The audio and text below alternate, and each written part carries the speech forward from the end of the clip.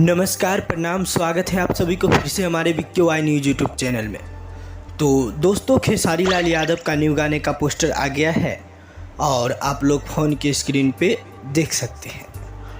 और ये इस गाने का टाइटल है माल के मोबाइल और ये सॉन्ग लोकगीत है। तो दोस्तों, आपको जानकारी के लिए बता दें कि ये सॉन्ग खेसारी लाल यादव और सेल्फी राज के आवाज़ में आप लोगों को सुनने के लिए मिलेगा और वही इस गाने को अखिलेश कश्यप जी ने लिखा है।